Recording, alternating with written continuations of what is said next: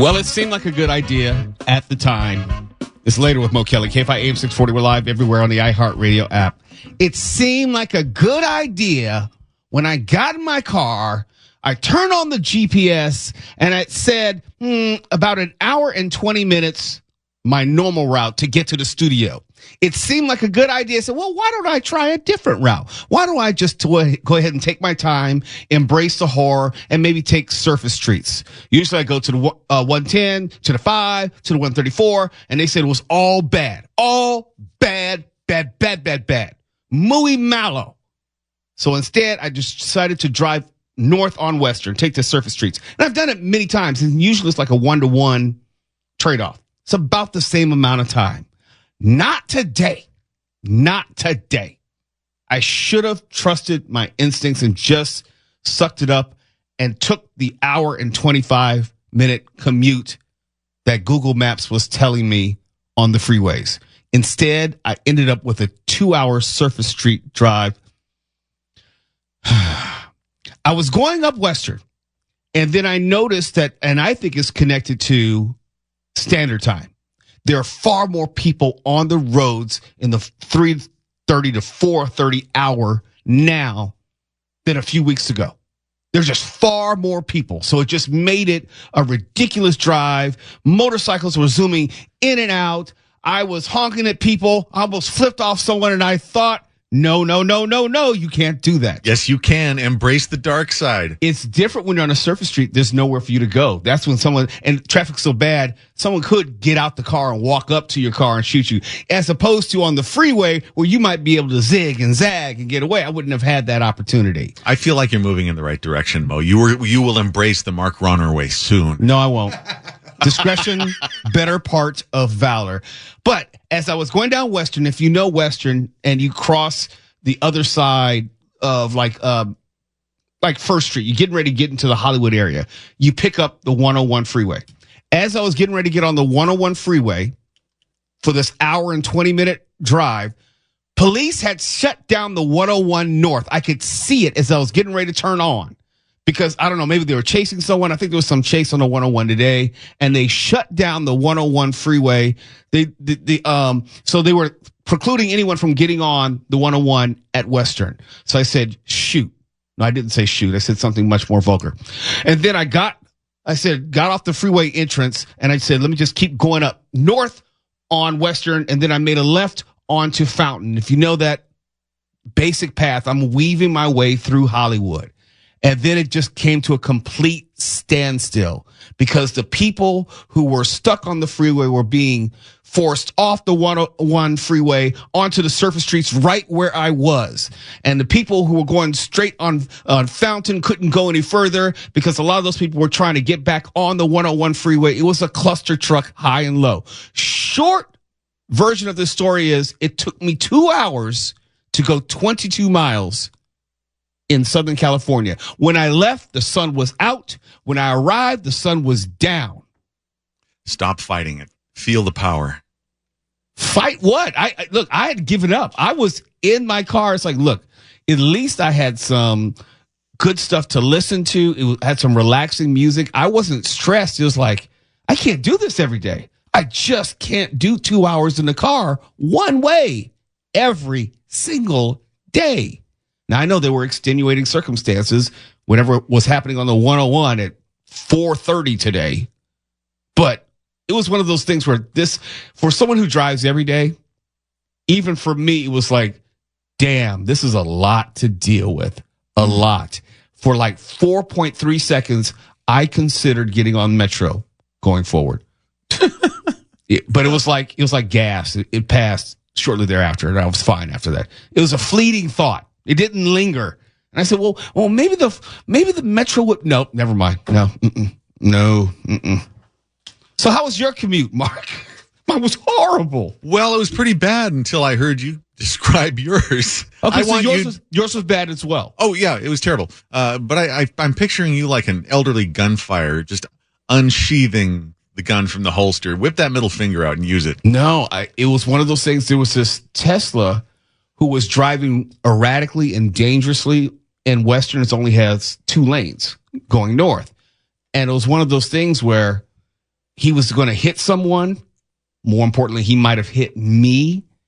And I didn't want to escalate, so I was trying to just get out of his way. When you see a crazy driver, just go. Just go, because there's no point in you messing up the rest of my day because you're not thinking. Sometimes you have to think for the other driver as well. I don't even call it defensive driving. I just call it like survival skills. Okay, well, I can tell you this as a rule of the road, and this is the authoritative rule here.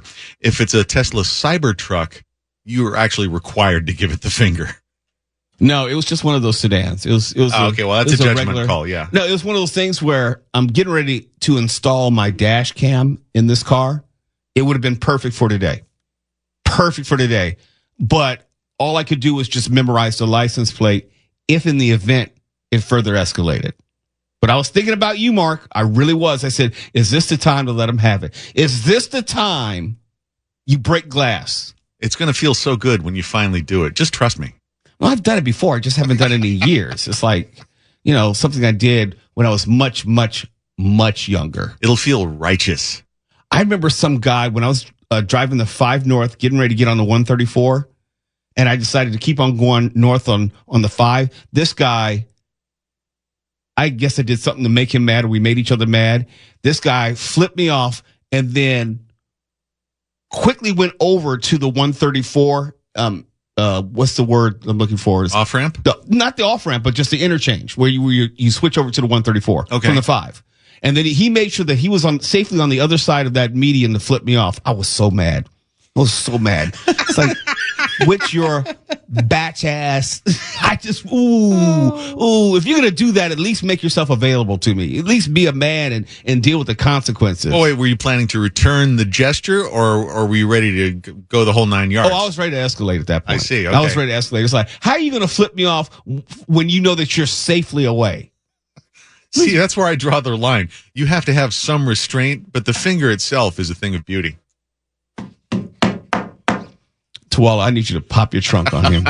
Just one good time. Not the trunk. Good time. Oh, not the trunk. Okay, so that was my comedian. Tawala, real quick, how was yours? It was horrible all day. I was running errands, and all I ran into was bumpers and tail lights. Okay. And it was horrible on the streets of the, what is this, North Hills, all the way through to the other side of the valley. It was horrible. Hell on the streets. I really believe traffic is going to be worse for the foreseeable future because people are leaving work earlier because the sun is going down. It's almost like we're programmed.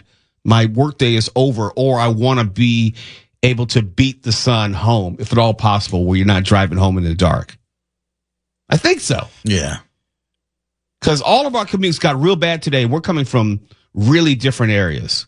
But one of us has some sort of vested interest in big air taxi. Yeah, that's Tawala because he gets paid monthly. I just, I hate to have to be the reminder here, but that would save a lot of us a lot of trouble if we were all in air taxis. Yes, but or self-driving vehicles.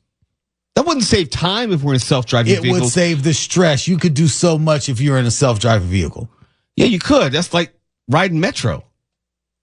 There's no one in the vehicle with you to mug you.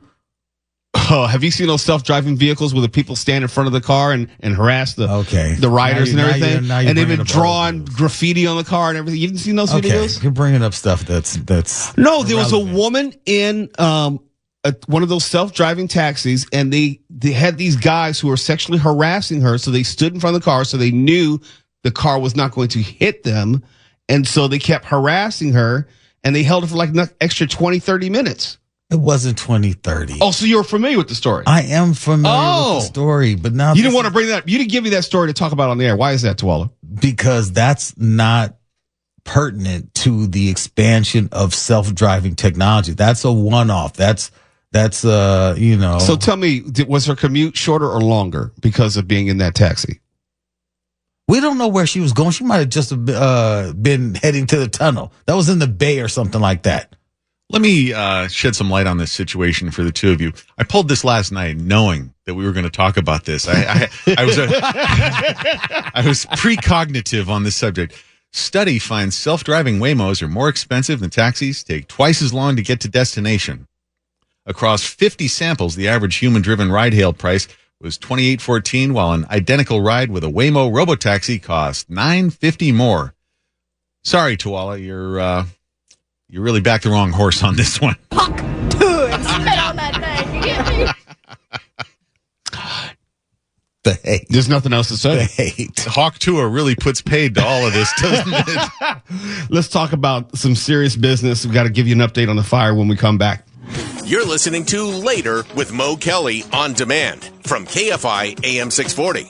We have an ongoing discussion. We talk about what may be happening around the country as it relates to natural disasters, where we had the hurricanes in the southeast in previous weeks. And people were talking about, like Tuala was talking about, the swarms of earthquakes we were having. And I said I would rather be in California because the earthquakes largely don't create any damage or destruction, and no one is dying from the earthquakes. I think I said back then, yes, in fact, I remember I said that the better correlation is fires.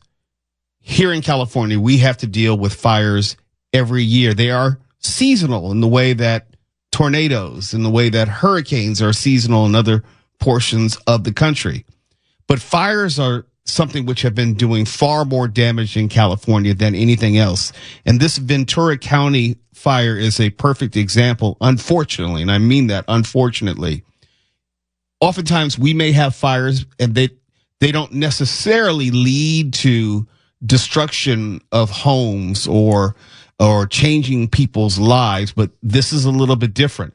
We've had the Santa Ana winds, and they have helped this fire expand to over 20,000 acres in just the past day.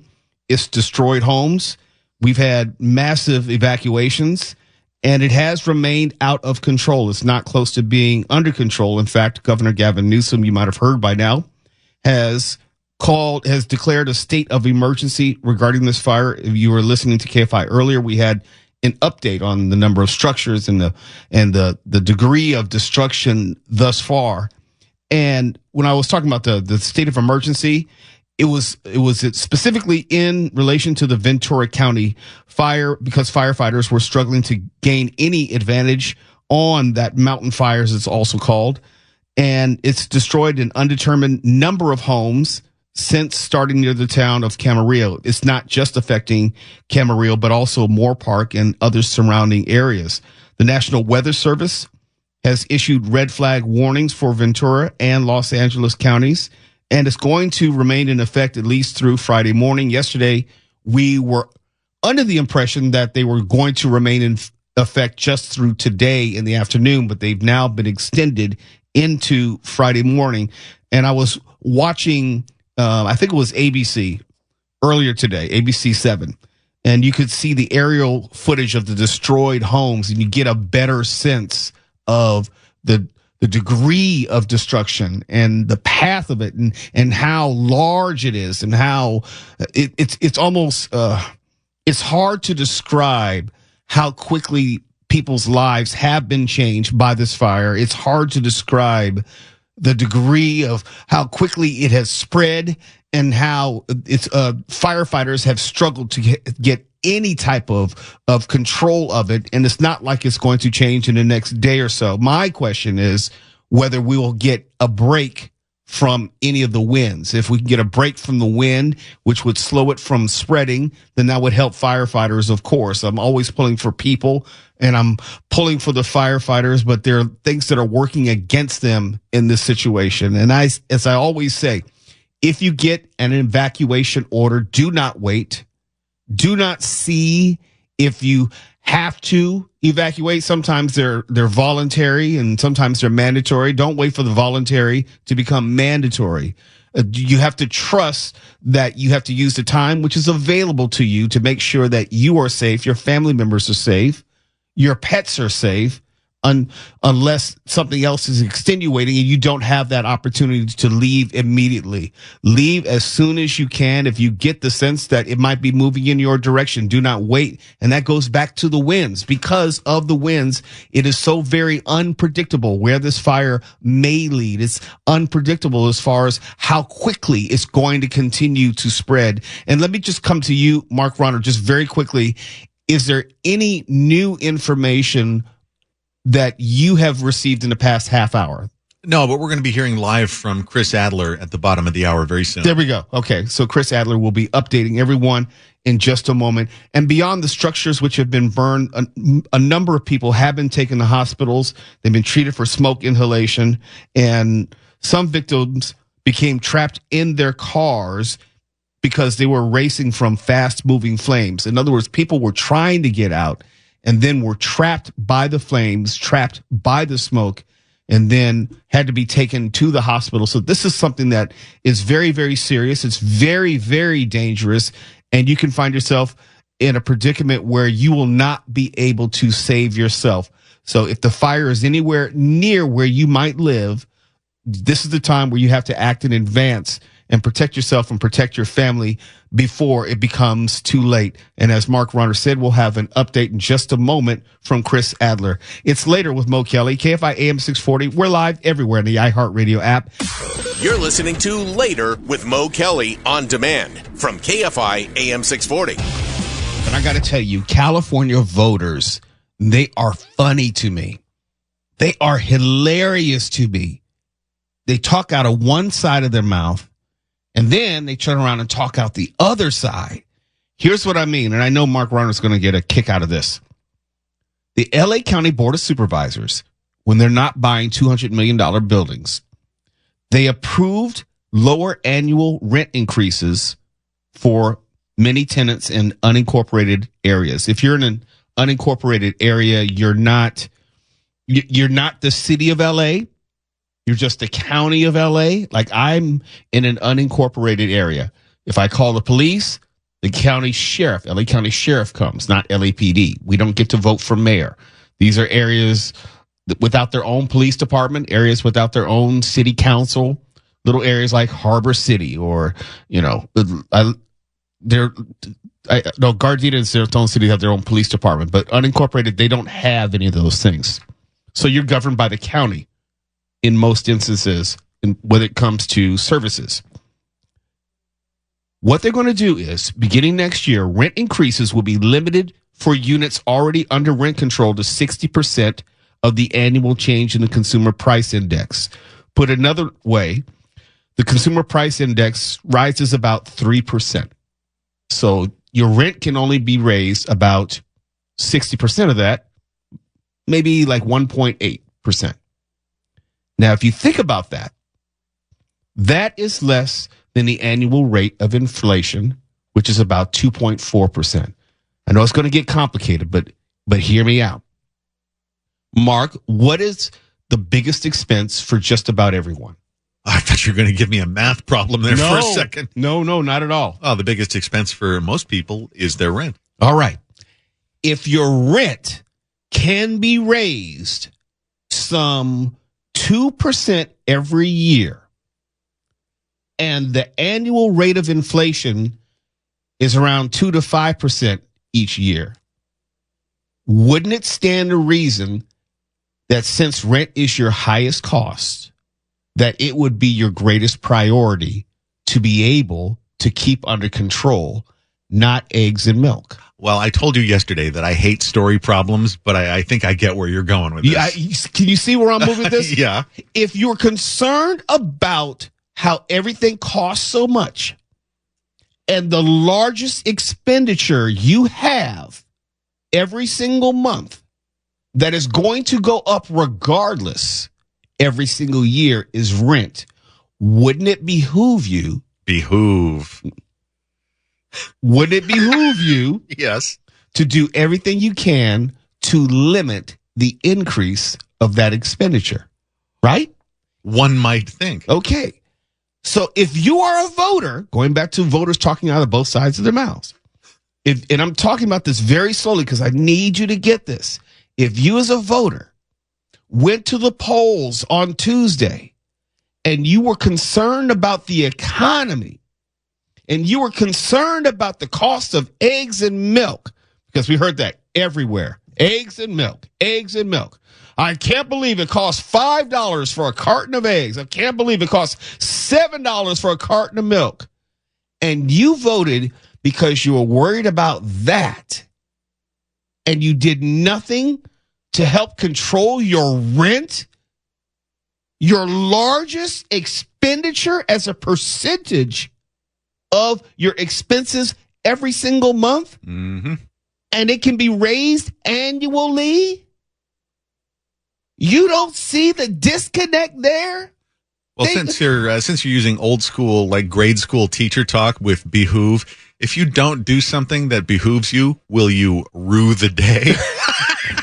I don't know if you're on my side or not, Mark. I don't either. Honestly, just keep going. No, it's very, very simple. We're supposedly concerned about the economy. We're concerned about how much things cost. And you had the opportunity.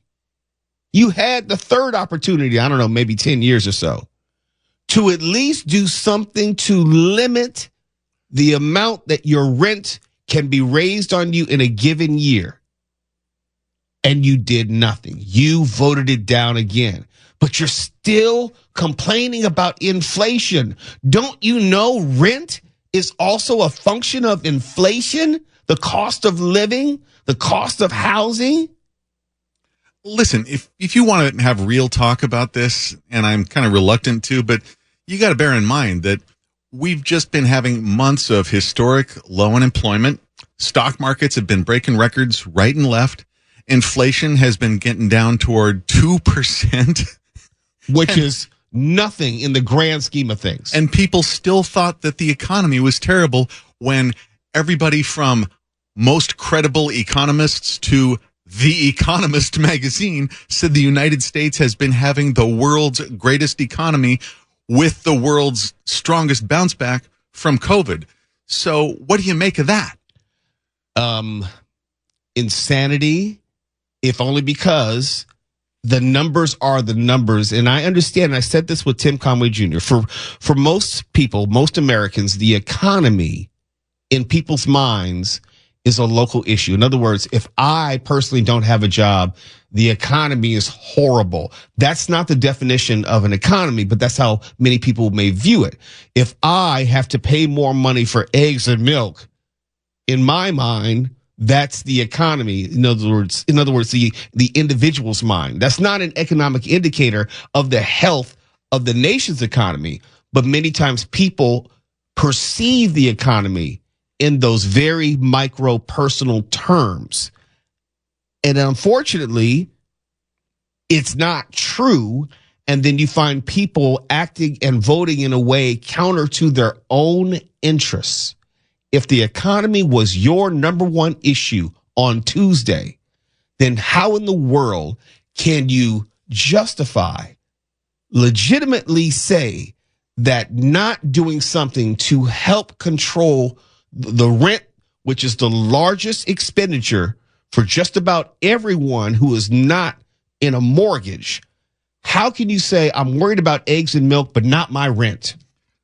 How can you fix your lips to say that, hey, you know what, the economy's bad, but you know what, just go ahead and F me over and raise my rent as much as you want? I think a lot of people really didn't understand. Well, and let's be honest, we've also been fire-hosed with disinformation about the economy. I had a friend of mine from grade school on Facebook post yesterday, man, this air outside just smells more affordable today. And so, of course, I promptly posted an article from CBS News that said Trump's win could lead companies to push up prices, which is what economists are saying.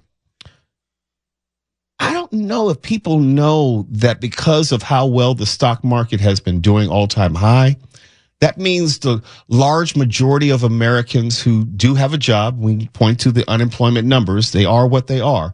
The large majority of Americans who do have a job have some sort of investment account, like a 357 or a 401k, and they do as well as a function of how the stock market is doing. And if you wanted to look at your portfolio in January of 2021 and compare it to now, the math is the math. And I'm not trying to talk about this in a political sense. I'm only talking about economics. Yeah, some things are either true or not, regardless of where you stand on the politics spectrum. And that's why I study this stuff so much, because I don't have any formal college schooling in economics, so I read as many economists as I can. No, I do. So you know exactly what I'm saying. And so when all the experts are saying something, but people are trying to tell you that vibes are this and that, you know who to listen to. You listen to people who live and die by their bottom line. Like, change it to a different subject, like climate change. I don't care what you believe or who you listen to. Look at the people like the Pentagon and insurance actuaries. They can't afford to screw around. They don't care what radio pundits say. They don't. They care what people who are experts who have spent their lives gaining expertise in these subjects say. They don't screw around. And the same with economics. All I know is my 401k has done wonderfully over the past 4 years. And it has outpaced the cost of eggs and milk. Mm-hmm. And if you are concerned about your grocery prices and not concerned about the cost of living as far as your abode, your home, I don't know what to tell you. It's hard for me to take you seriously because the overwhelming majority of people are renters in California. Why? Because the cost of living is so damn high. So damn high. And if you are living paycheck to paycheck, which 60% of people are. You beat me to it. I'm sorry. I didn't mean to step on your bad news. No. You didn't step on it, but I'm saying you knew exactly where I'm going with this. Uh-huh. And if you're living paycheck to paycheck and you know that rent is going to be your highest cost every single month, and we can talk about it should only be like 30% of your net income, whatever. Most people can't do that. Most people don't have that luxury because they're paying more than $3,000 a month on average, because we talked about it, just to live in California. But if you're more concerned about eggs and milk than you are about that $3,000 a month rent, which is going to go up, as we talked about before, 8 to 9%, basic math here, every single year. Eggs are not, milk is not, but rent can. Why? Because we keep voting down rent control. You don't see the problem with that, California? I can't help you help yourself. I can't want you to do better for yourself more so than you wanting to do better for yourself. If you're going to complain about eggs and milk and not do anything about the rent, well, you're on your own. You might be eating them outside. It's Later with Mo Kelly. KFI AM 640. We're live everywhere in the iHeartRadio app. You're listening to Later with Mo Kelly on demand from KFI AM 640. The 14th annual KFI Pastathon is coming up, and it's coming up fast on December 3rd. You can come by the Anaheim White House on Giving Tuesday and see the live broadcast. You can donate on site and drop off pasta or sauce. You know how we do it. We do it every single year. But this year, we're celebrating a significant milestone. 10 million meals served to disadvantaged youth, all courtesy of Chef Bruno. And your generosity has been instrumental in reaching this goal, and we're so grateful for your continued commitment. And even if you can't attend, I know it's sometimes difficult on a work day, middle of the week, to get all the way down to Anaheim to see either Wake Up Call or Gary and Shannon or Johnny Ken or Bill Handel or Tim Conway Jr. show, or even Later with Mo Kelly. I know it's a long drive. We're talking about our commute into work tonight. It can be real difficult. So if you can't attend, you can always participate in other ways. You can spread the word to friends, family, colleagues. You can check out the fantastic auction items on their website, AnaheimWhitehouse.com. And more importantly, starting November 20th, you can donate in store at checkout at all Smart and Final stores in California, Nevada, and Arizona. All you got to do is just tell the cashier you want to donate to the KFI Pastathon. Or, you can round up your purchase to an even number to donate as well. And also on November 20th, Wendy's restaurants in Southern California will be offering coupon books for a donation to Katarina's Club in store and at the drive-thru. It's really, really simple. Just find yourself a Wendy's, find yourself a Smart and Final, and you can go from there. So let's all get ready for KFI's 14th annual Pastathon. And if you forget any of this information, I know I gave you a lot, you can just go to pastathon.com. Can't be more simple than that. Now I'm looking forward to it. December 3rd. We had a great time last year. Mark Ronner came out. The drive down there was quite an adventure, wasn't it? Oh, it's always an adventure at that time of day. Since we're on at 7 o'clock, let's say I'm leaving the house at 4:35 a.m. You're not wrong. No. You're not wrong. But it is always an adventure to get. Well, it's even worse for you and Tuala because you're coming from north of downtown trying to get down there. That's ooh. Yeah, I thought I'd take some side streets, and I'm happy to be here alive today. Well, look, I took some side streets as I got closer to Anaheim last year. I do remember, and it was real difficult. But I know that the people who will be coming on December 3rd, they love KFI. They usually show up every single year, and I don't want to disappoint them. So I make it a point to leave very early so I can get out there and see all of you. Let's sleep in the parking lot this year. No, that's okay. I'll get a hotel. There's like the Ayers Hotel, like right across the street. I see. No. Well, they call that being bougie. You're making that host money. No. I'll just like do a barter and trade. I'll just say, hey, KFI, we'll give you some shout outs in the air. Oh, okay.